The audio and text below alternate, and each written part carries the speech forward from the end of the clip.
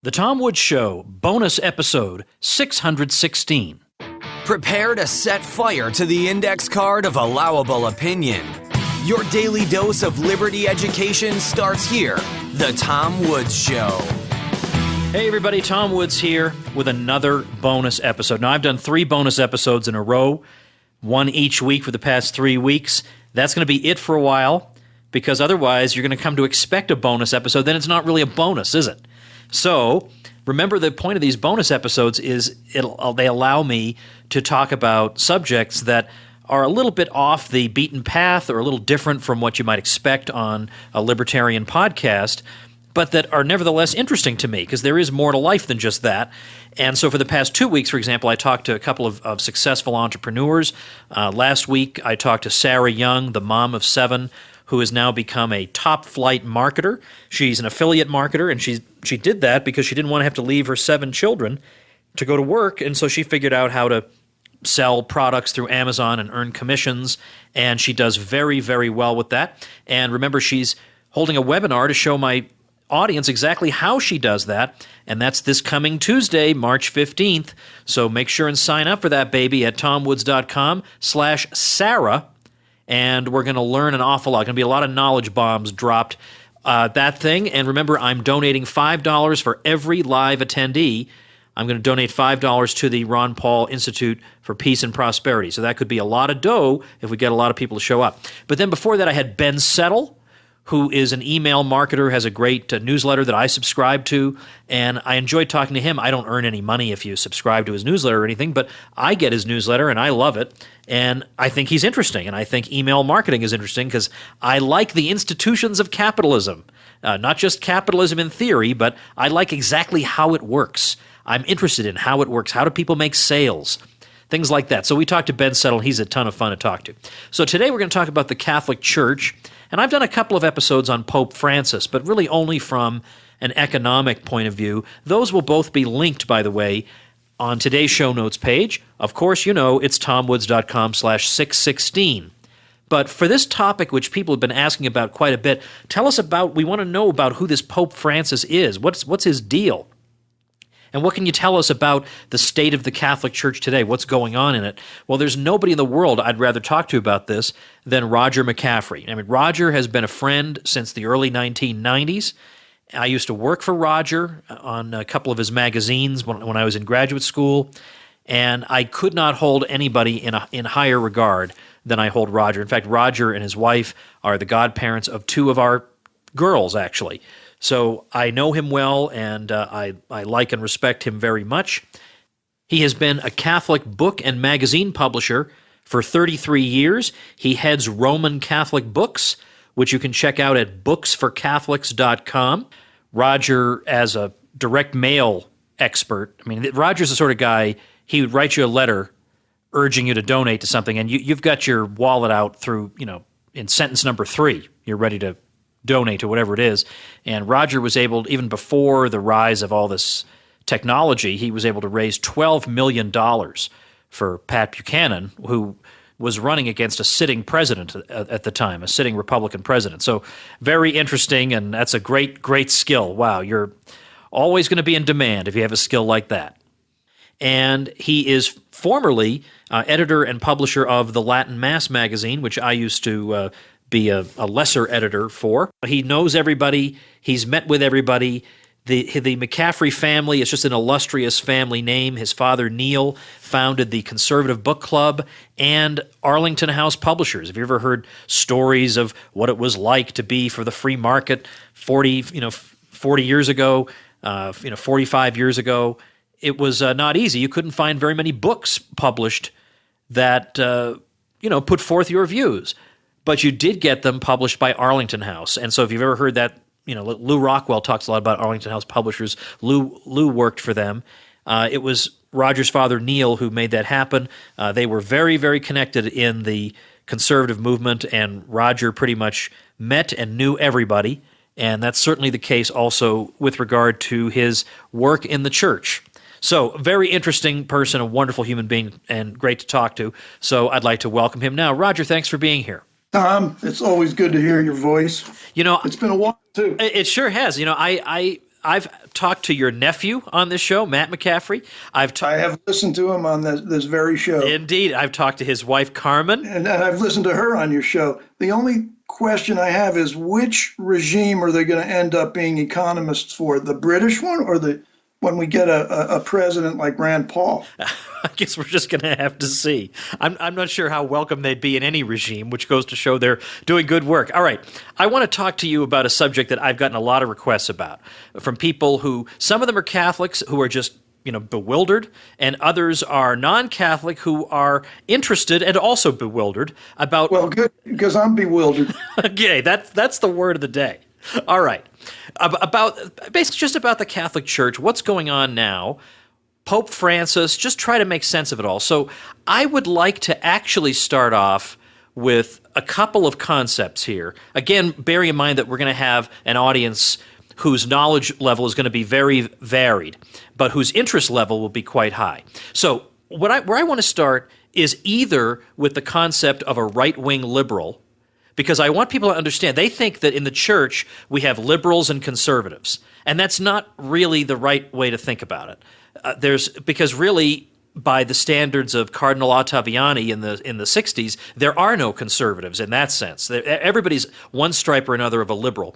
But another way we can start off is by talking about Pope Benedict XVI and then contrasting him with Pope Francis. I'm going to actually defer to you. How do you think we should kick this baby off? Well, I mean, Francis, that is Bergoglio, is an Argentinian leftist, and Ratzinger, Benedict XVI, was a German conservative.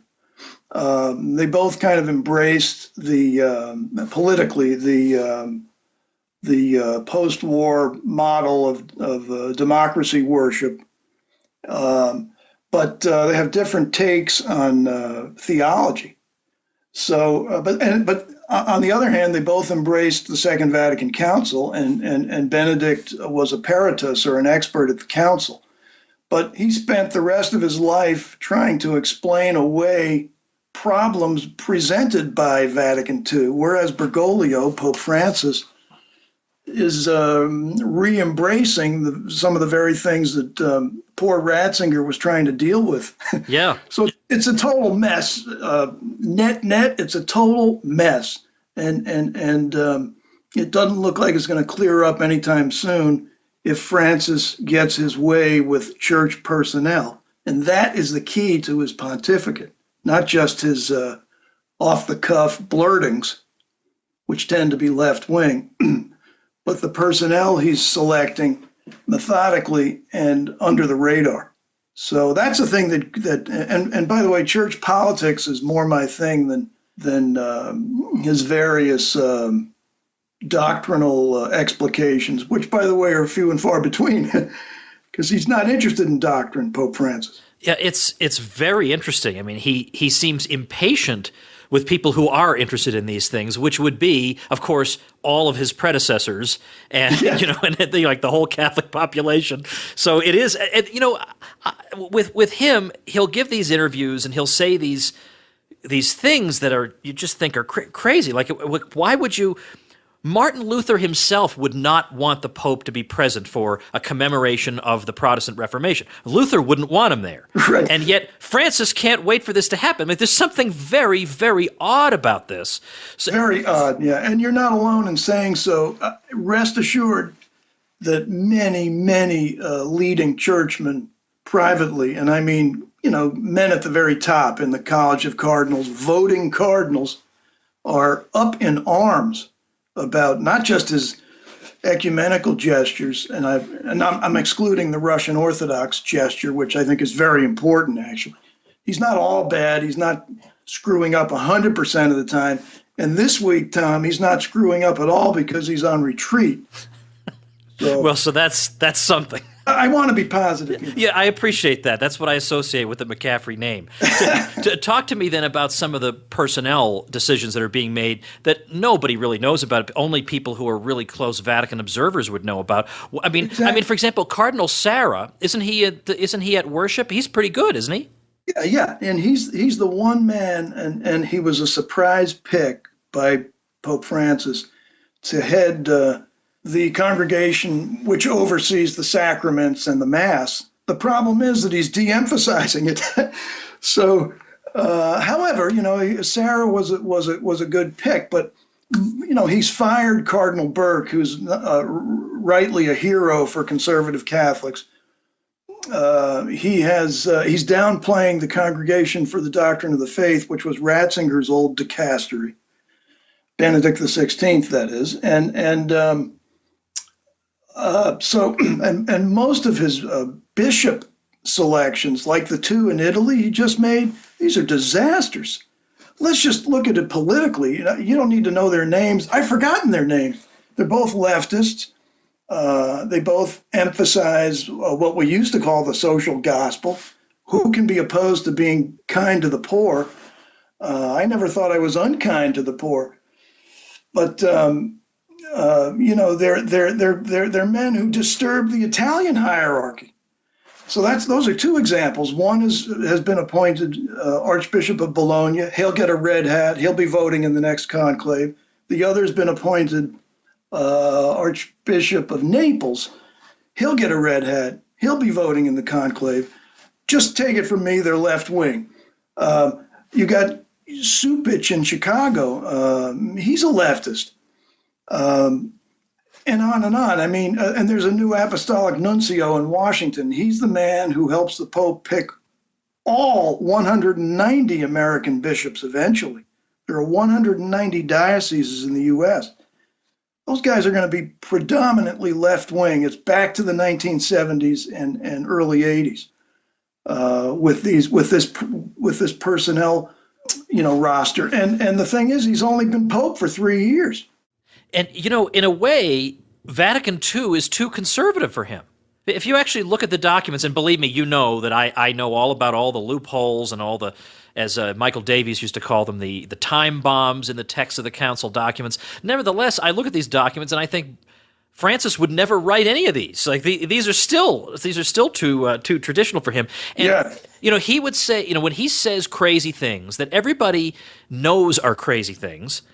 Everybody has gotten into this habit that they got into under John Paul II, who is falsely portrayed as a conservative to the world. Although, again, I would take him at this point.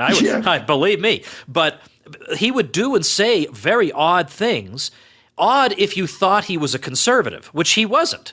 Right. But the conservative Catholics, so-called, would explain them away, and there'd always be an explanation. Oh, he didn't really mean what he obviously did mean, and he meant this. Well, so now they're trying to do this for Francis, but he's saying so many crazy things in such a short amount of time, nobody can keep up with him. Right. Well, and so the posture of one of the leading conservative Catholics in the U.S. regarding Pope Francis, and this is a direct quote, is shut up and pray. This was told to me over brunch a few months ago. I think she had the wrong guy.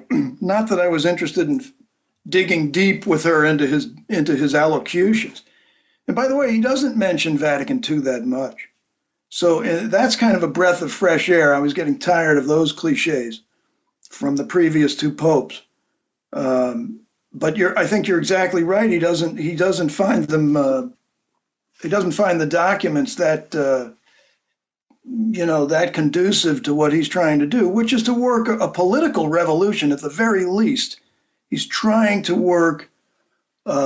He's picking up where Paul VI, who was a leftist politically for his time, he's picking up where Paul left off.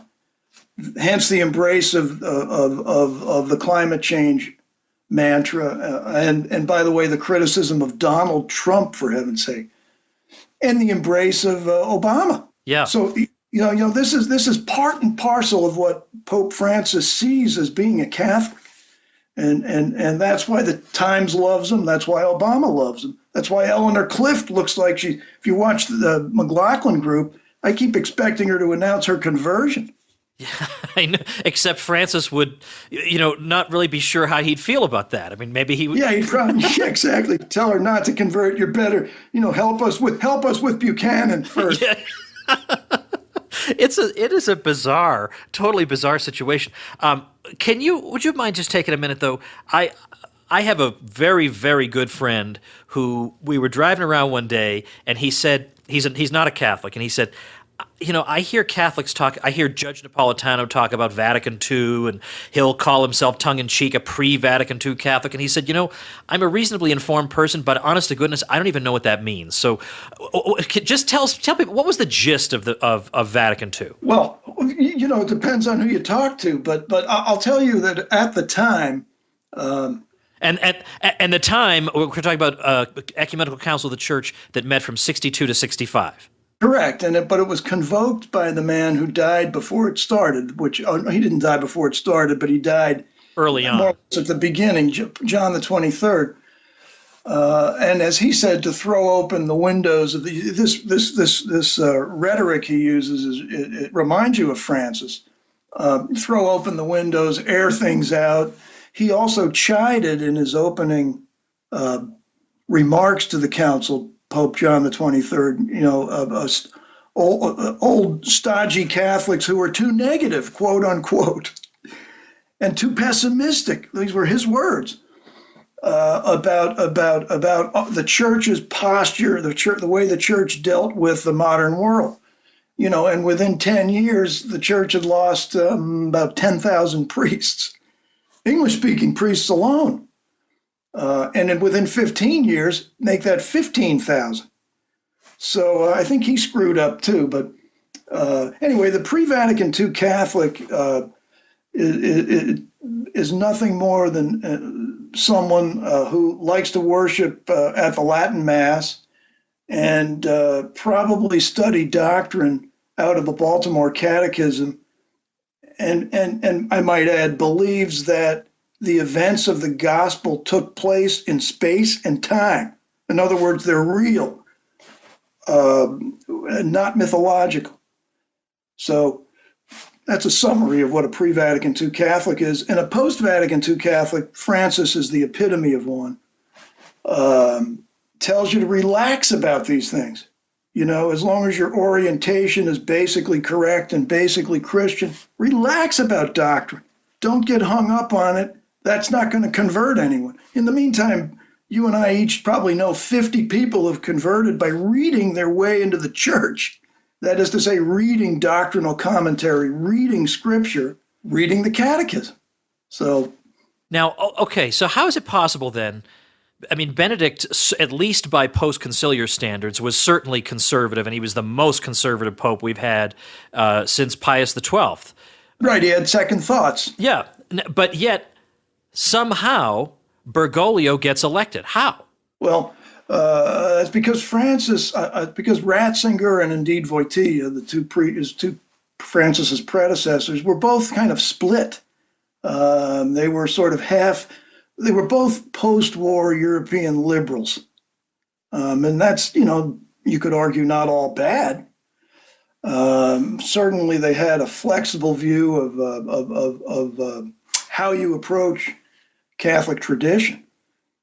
So, for example, Ratzinger was a Balthasarian, and von Balthasar was definitely took a new approach to Catholic tradition. Wojtyla was a phenomenologist, or what they now call a personalist. Don't get me going on that because I'm just about out of definitions on those two items, and they're a total bore. But they have nothing to do with Catholic tradition. Those points of view.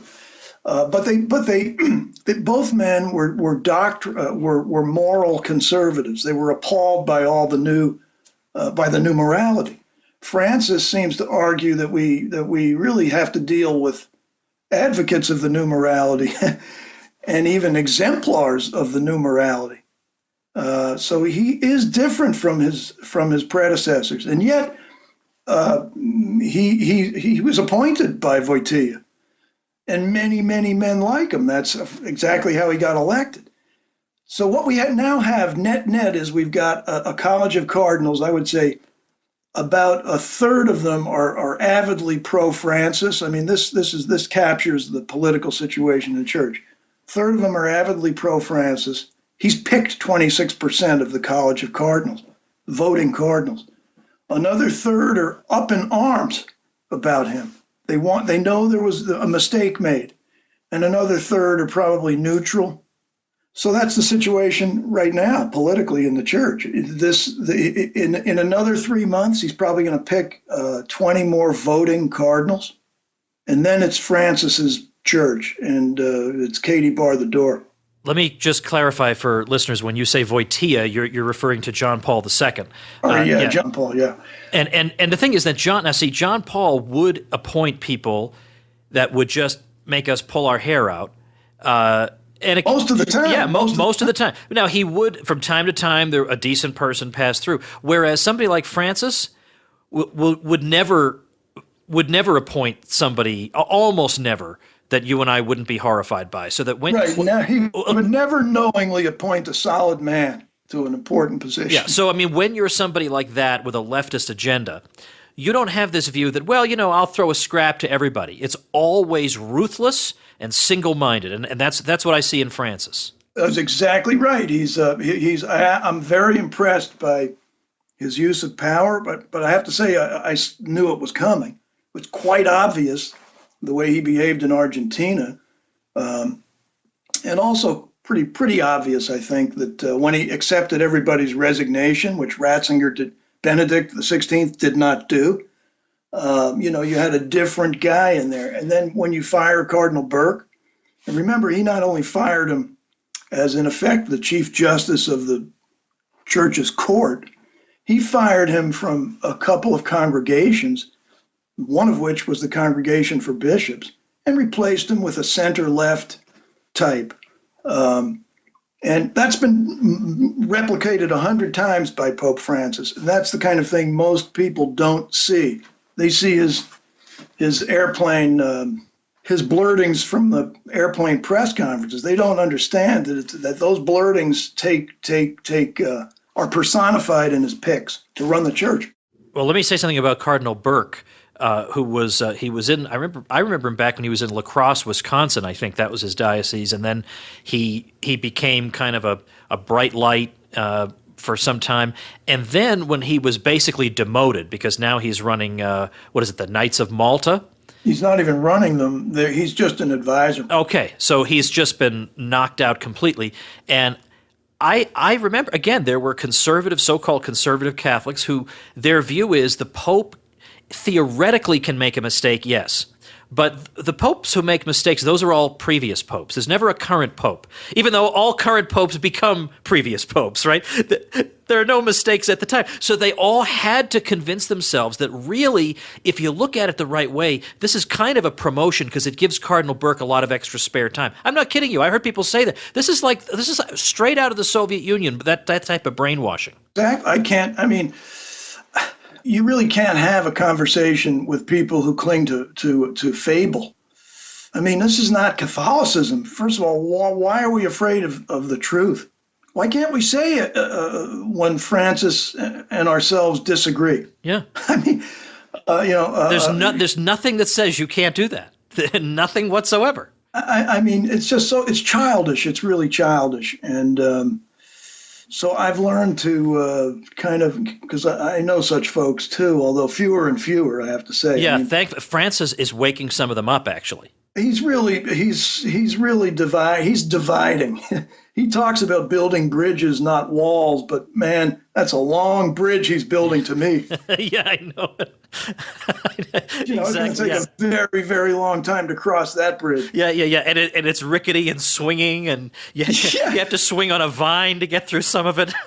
Oh my Lord! But on the other hand, there's the clock strikes 12 twice a day, and sometimes he does or says something that's I think valuable, and it's fascinating to watch him not use his power on the SSPX priests.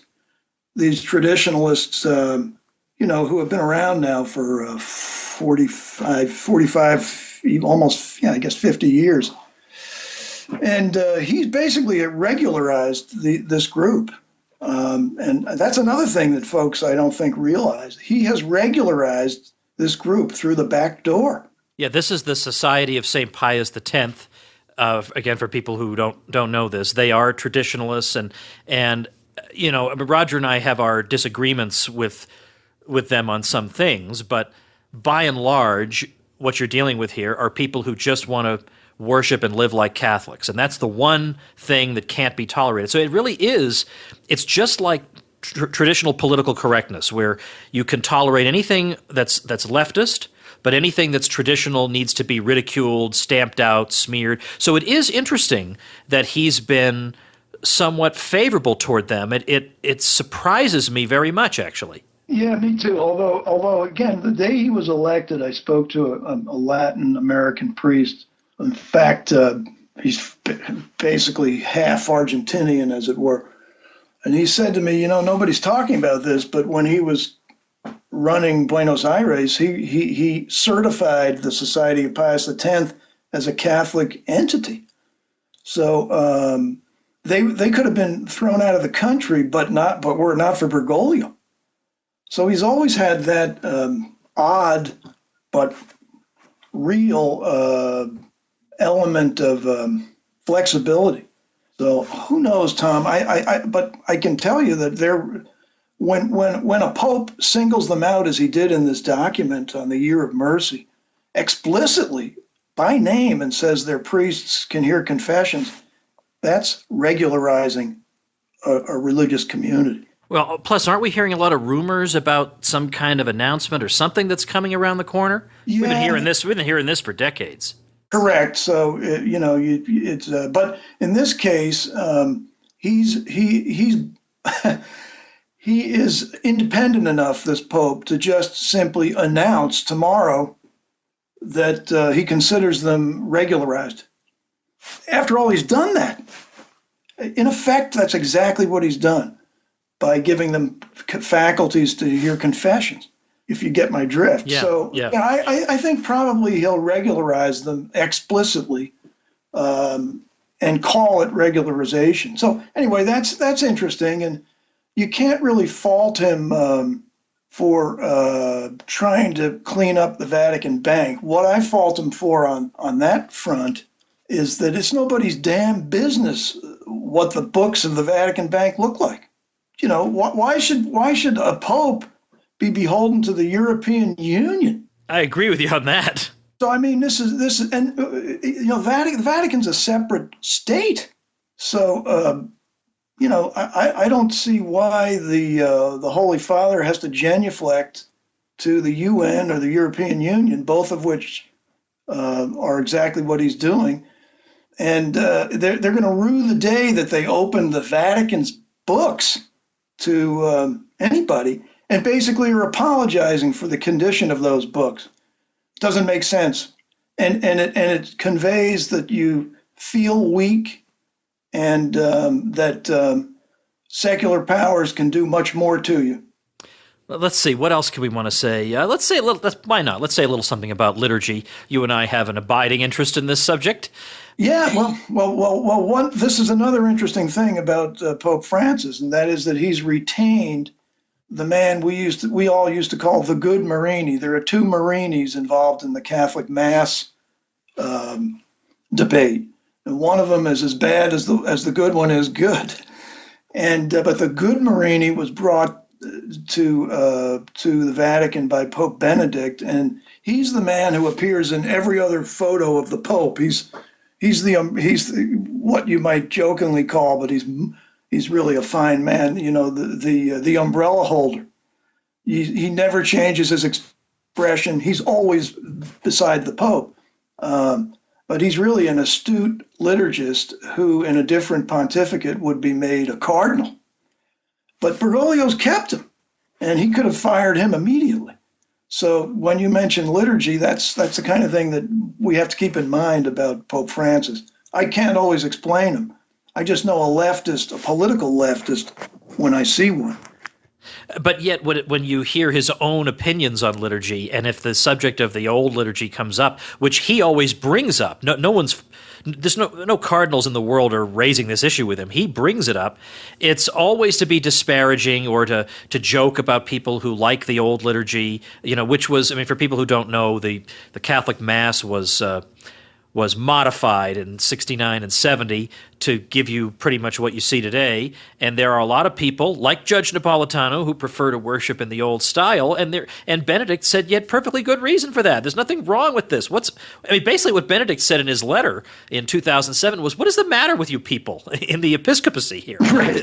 This is the most sacred we used to present this as the most sacred thing in the world. And now when people still long for it, you're condemning them for being, maybe mental cases or something. And that kind of is Francis's view that, I guess it must be just some weird fashion that I can't understand. So he goes out of his way to try to understand, so-called, every leftist in the world, but he can't understand traditionalists in his own church. And he grew up with them because we were all traditionalists before 1962 in terms of worship. And I doubt he was quoting bad theology when he was a seminarian.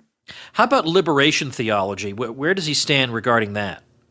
Well, he's re-embraced a couple of liberation theologians who were in bad odor under Wojtyla, under John Paul II, and under Benedict XVI. So again, actions speak louder than words. He denies he's a Marxist. But he has many good friends who are Marxists. Right. And after all, as he says, I can understand their point of view. Well, that's interesting.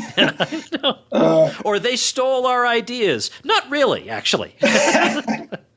Yeah, whereas Wojtyla, John Paul, always made it a point, usually verbosely, to differentiate between Marxism and the social teachings of the church, and but this guy is interested in no such distinctions, really. Although he denies he's a Marxist. Have you noticed him on the Trump issue? And should we even talk about that? I mean, yeah, why not? I mean, if I still have listeners who haven't deserted me over the Trump issue. Yeah, Trump. I mean, he is what he is. The point is that to the extent that he speaks the truth, leading Catholics don't like him. Yeah, that's true. Certainly the neoconservative Catholics, because they're all the same. They're all the same. I mean, I'm sure they're all Rubio people. Like, they can't even be Cruz people. I could at least sort of understand that. Right. No, I mean, the Pope has an allergy to anyone who's in any sense a conservative. Obviously has an allergy to the marketplace. Yeah. And that's what's so noticeable about him, that every left-wing cliche is he makes his own. The only area where the only issue he so far has stayed neutral on is dolphins, Tom. Yeah. Yeah. Well, yeah, that's right. Because I'm pretty sure he's against cancer, right? Right. Like John Paul II, he was against cancer. He's in favor of sports. I think he wants people to play soccer. Yeah, in fact, there was a Vatican. I think he spoke to the Vatican. There was a big meeting on sports last year. And I'm sure he delivered an address to them. So there you go. Yeah. He's probably against tobacco, but no encyclical yet on tobacco. Yeah, we'll wait and see. So, by the way, I got an email from somebody who said I was being too hard on Francis in an episode that I did, because he said, Francis, really, look, you're misreading him. He's a capitalist. He's favoring the market. And I just wrote back and said, for years and years, I tried to be nice to people like you. But you're delusional. Like, this is ridiculous. I mean, people are laughing at you for trying to force his words into that mold. He is not a capitalist. Or they tried to claim he's just against crony capitalism. Yeah, that's like saying Bernie Sanders is just against crony capitalism. I'm sure he is against that, but he's also against capitalism, given every word that comes out of his mouth. It's too silly to even engage such folks. Yeah. And I'll tell you that privately, conservative Catholics, however you want to describe them, and I'm including priests and prelates, are really upset, deeply disturbed by the thrust of the pontificate, and by specific, a dozen specific statements. So privately, the people who are mum publicly are really upset. I mean, I talk to charismatics, I talk to traditionalists, I talk to major church figures whom I would never quote, but believe me, Tom, they're up in arms. And if there were conclave tomorrow, if the Holy Father died, there would be a reaction, and you'd get probably a guy well to his right in every sense. So I think that illustrates my point best. Yeah, yeah. See, now, if I were one of the conservatives in the College of Cardinals, and again, conservative, relatively speaking, I would be. But the thing is, I think you get excommunicated for this, so I have to be careful. But I would be slightly wanting to campaign or talk to my other conservatives and say, look, this time we cannot be divided. We've got to have one candidate. Now, maybe he doesn't have to say who that candidate is, because I think you're not allowed to do that. But can the conservatives talk to each other and say, we have to, whenever we get in there, we've got to just put personalities aside and settle in on one candidate? Are they allowed to do that? Absolutely, they are, yes. And they do. I mean, there's phraseology, I suppose, that they use. But since I've talked to one cardinal, and no, it's not an American, so people shouldn't try to guess, because I've talked to a bunch over the years. One of them told me who he was going to vote for. Oh, okay. So, I mean, it wasn't right before a conclave. But, yeah, they're talking right now. You kidding me? They are up in arms. Even buffoons like Timothy Dolan of New York, Cardinal Dolan, are privately, and he hasn't said anything to me, so I'm inferring from things I've heard from others and things that he said. Even he's upset. Okay, all right. Well, how's that for a good cheerful ending? It actually is a cheerful ending. It actually makes me feel like I'm not completely crazy. No, by no means. People who rush to the defense of Francis and try to explain away his more radical remarks are really blowing in the wind now. There aren't too many left. Yeah. From our point of view, I remember the way you put it when people would explain away why John Paul II would do oddball things. You said, these people attribute to him thoughts he does not have. Yeah. In order to explain away his behavior. Exactly. Exactly. I couldn't have put it better myself. Yeah. But also, I like to call them the paragraph 89 people, because there's always some sentence in a papal document, no matter how upsetting, and it's always deep in the document, and it vindicates their point of view in their eyes. And then what they neglect to mention is that entire paragraph is totally vitiated in paragraph 137. Yeah, and probably in the first 80 paragraphs. Yeah, right. No. I mean, we just have to be honest. The faith has survived bad popes. That's right. And in other words, when you convert to Catholicism, the point is you do not have to get a lobotomy. You can actually observe what your senses are telling you and draw conclusions. Precisely. And one other thing, this is a great line it was President Kennedy to Senator Eugene McCarthy.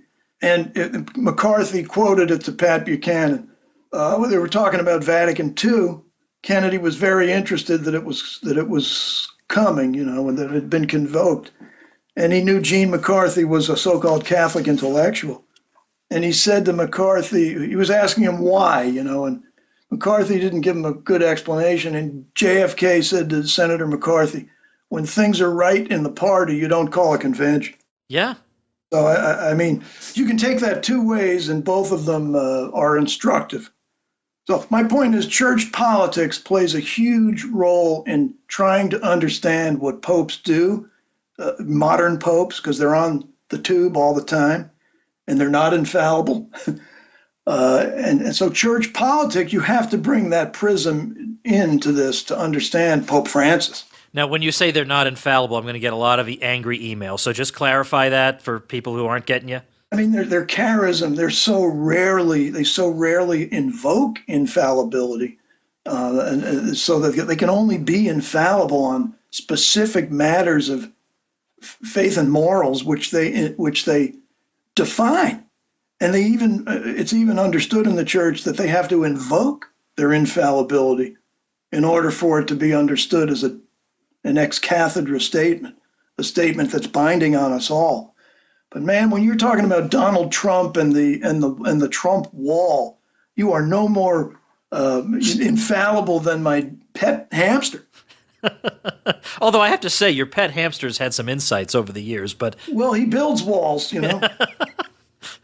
All right, listen. When I mean, I'd like to have you on sooner, but obviously, when there is a conclave, you're my go-to guy. You remember years ago when we worked on Latin Mass magazine, and you did the cover story was African Pope ? And I think we had Cardinal. I don't know if it was Gantine or. Yes, yeah, Gantine. Yeah, one of the African cardinals we put on the cover. And then, oh, wow, so is there going to be an African pope? And you open up to your article, and the whole article is why there would not be an African pope. Yeah. Well, the time has come, and I think in the next conclave, there'll be an African will be a finalist, I'll put it that way.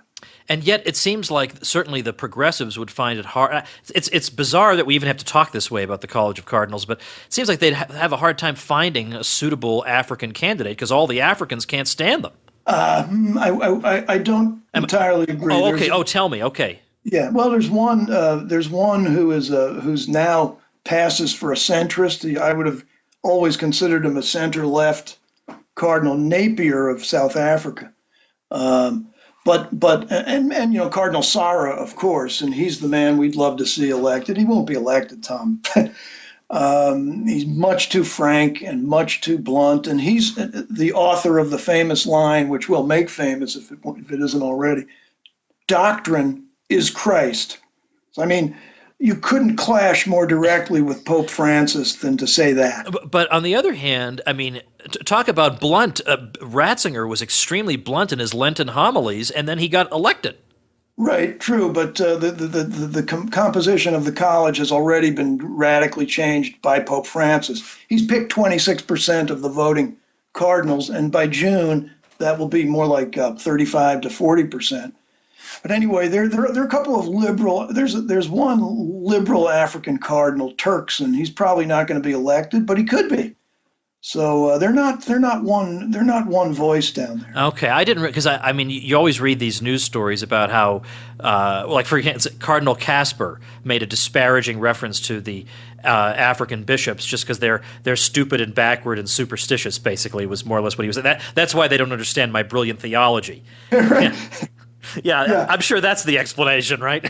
Yeah, there's tension, but there are plenty of African church liberals. Many of them are trained in Rome, and Rome's pontifical universities are not, most of them, not solid. You know, I guess it's got to be the case. The worst import from the West into Africa has been liberalism. I mean, their political leaders go and get educated in the West, and then they came back after decolonization and tried to impose socialism on these poor people. I mean, just, you know what? Don't send anybody anywhere. You know, be educated in Africa. Be happy with what you have, because it could be a lot worse. You could be educated in the West. Absolutely. One cardinal, I forget which one, African cardinal, told his fellow Africans that they have an obligation not to emigrate to Western Europe. He said, you need to stay here. So there is that element in the African church that they're fiercely, they have a different kind of social outlook. Yeah. And it's going to be interesting. But if we get another batch of Bergoglio Francis cardinals, it's going to be very tough to see anybody, to elect anyone really good. Well, we'll have to leave it there. Roger McCaffrey, I appreciate the time. It was great fun talking to you. We'll have to do it again. Anytime, Tom. Thanks. All right, everybody. Hope you enjoyed that freewheeling discussion. Coming up tomorrow, it's Ron Paul answering your questions. Thanks for listening. See you then. Become a smarter libertarian in just 30 minutes a day. Visit TomWoods.com to subscribe to the show for free, and we'll see you next time.